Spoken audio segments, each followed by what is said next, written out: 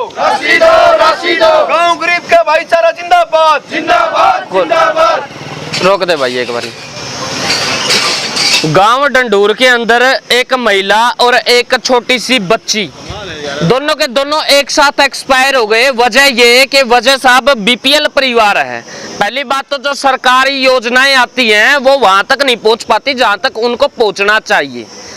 गरीब व्यक्ति एडी ठा के बाट देखे जाए कि सरकारी योजना का लाभ उसको मिलेगा, लेकिन बाद में पता चलता है जब आरटीआई लगती है तो वो आदमी ऐसे व्यक्ति लाभ लेंगे जिनके घर पे दो गाड़ी खड़ी है, दो मोटरसाइकिल खड़े हैं, घर पे सारी सुविधाएं हैं, लेकिन उसके बावजूद भी उस व्यक्ति को उस योजना का लाभ नहीं मिल पाता जिस व्यक्ति के लिए ये योजनाएं बनाई जाती हैं। और उसके साइड इफेक्ट निकलते हैं। जो गरीब व्यक्ति है जो अपने घर का निर्माण नहीं कर सकता, फिर उनकी छतें जो है वो गिर जाती हैं और फिर वो उसके नीचे दब जाते हैं और एक्सपायर हो जाते हैं। ऐसा पहली बार नहीं हुआ, देश के इतिहास के अंदर पहले भी काफी बार हो चुका है।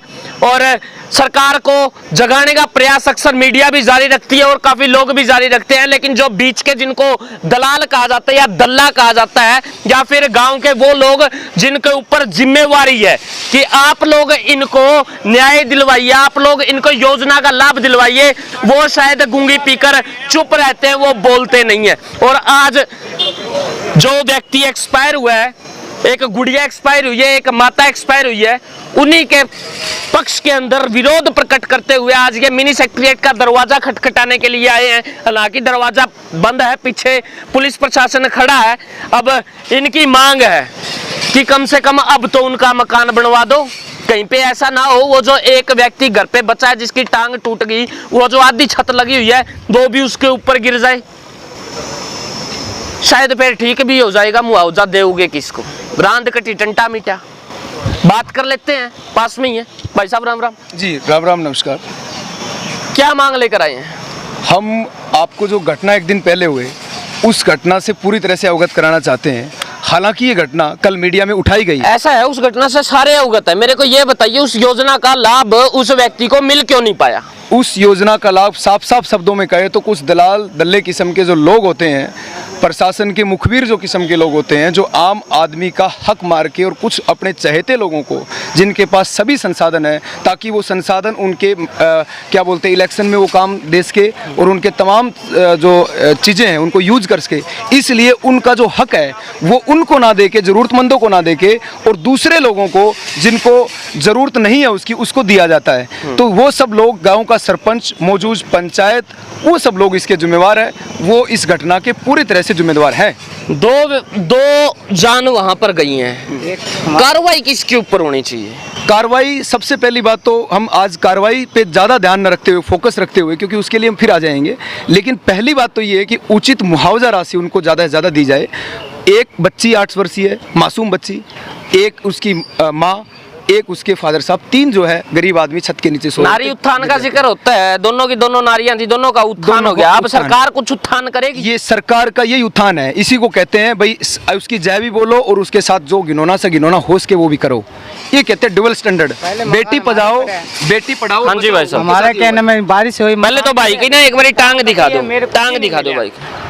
मुझे कुछ ही नहीं मिला, मकान पड़े, मेरा सब कुछ सारा गांव देख रहे हैं। पहले हम यहाँ आए, हमारे को कुछ ही नहीं मिला। हमारे को कह रहे कागज भरो और जाओ, कागज भरो जाओ, कुछ ही नहीं मिल रहा। लेकिन एक बात बताओ, जो सरपंच है, और सरपंच छोड़िए, सरपंच तो चल 5 साल के बाद में बदल जाता है, लेकिन एक नंबरदार व्यक्ति होता है जो कभी भी नहीं बदलता, वो वही रहता है हमेशा, शुरू से लेके और आखिरी तक। उसको तो पूरे गाँव का ब्यौरा पता होता है, हर चीज का पता होता है। वो कहाँ पर गया? उन्होंने भी आवाज नहीं उठाई। पानी इतना फुल चल रहा है, पानी नहीं निकल रहा है। वो जोड़ी भी एक बारिश और हो जाएगी तो तुम्हारे झुग्गी और पाटेगी।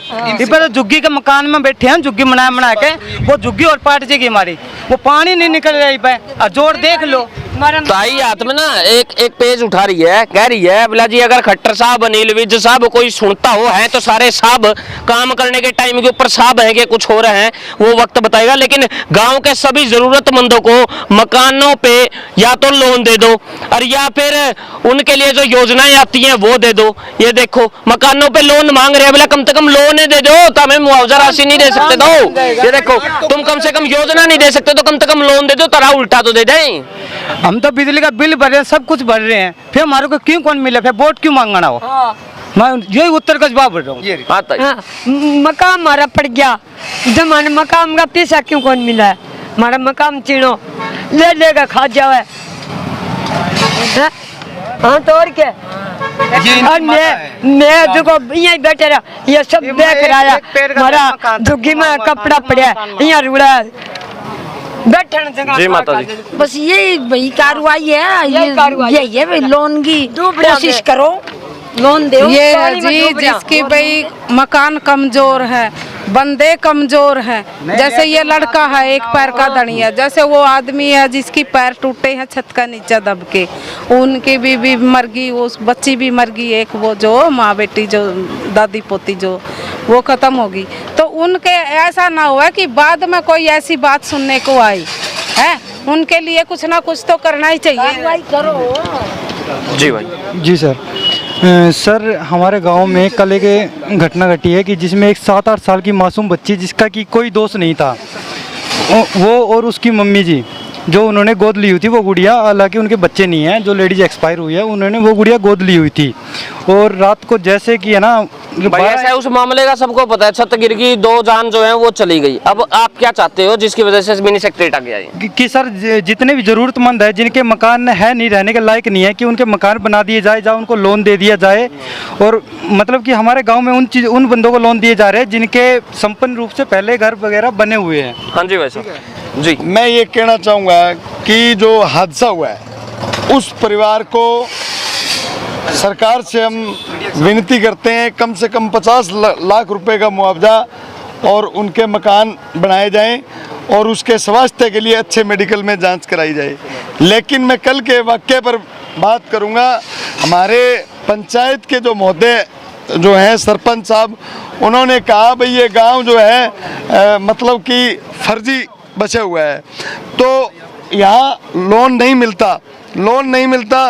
उसका भाई है हनुमान पुत्र राधेश्याम, उसको 2.5 लाख रुपए का और 70,000 रुपये का मकान मरम्मत का लोन मिला है। वो जो सरपंच है वो अपनी जिम्मेवारी से पीछे हट रहा है। इस हादसे का मुख्य कारण है वो जो साथी है भीम सिंह, वो 3 बार पंचायत के पास सरपंच के पास गया, भाई मेरे को लोन दिलवाने की कृपा करें। बोला इस गांव में सरपंच वो जो है लोन नहीं मिल रहा, ये अवैध जमीन है। तेरे भाई को कैसे मिल गया भाई हनुमान पुत्र राधेश्याम? और तेरे चाहते जो लोग हैं 60 लोगों की मेरे पास लिस्ट है जो सरपंच के नज़दीकी आदमी हैं, जो गाड़ी घोड़ा उसके इलेक्शन में उसकी मदद करते हैं, वो उसके गुरके, उन लोगों को कैसे लोन मिल गया? अब ये साथी है हमारा, ये साथी है, वो सरपंच इतना बड़ा भ्रष्टाचार है, इससे 5,000 रुपए ले लिए लोन पास कराने के, पैसे लेने के बावजूद भी आज तक इसका लोन पास नहीं हुआ। और मैं ये बात मीडिया और नहीं पूरी देश दुनिया के सामने कहता हूँ। वो तो एक अलग विषय हो गया भाई साहब। मेरे को अब ये बताएं, खट्टर साहब आपको, नीलवित जी आपको देख रहे होंगे, क्या कहेंगे आप? अब हम ये मांग करते हैं उस परिवार के साथ साथ गांव में जरूरतमंद सभी बीपीएल परिवार, गरीब परिवारों को जो है उनको लोन की जो दिया जाए। उसके साथ साथ जिस परिवार के साथ हादसा हुआ है उस परिवार को 50 लाख रुपए और उस परिवार के सदस्य का अच्छा इलाज किया जाए, हमारी ये विनती है। तो ये काफी सारी मांगे जो है यहाँ पे रखी गई है गांव डंडूर के वासियों के द्वारा के साहब कम से कम अब तो इनको मुआवजा राशि जो है वो दे दीजिए। 2 जानें जा चुकी हैं और वजह वही है पुरानी आपकी स्कीम, और गरीब आदमी के काम नहीं आई, बिलो पॉवर्टी लाइन के काम नहीं आई। अबव पॉवर्टी लाइन के जो है वो जरूर काम आती होंगी, लेकिन बिलो पॉवर्टी लाइन के अभी तक काम नहीं है।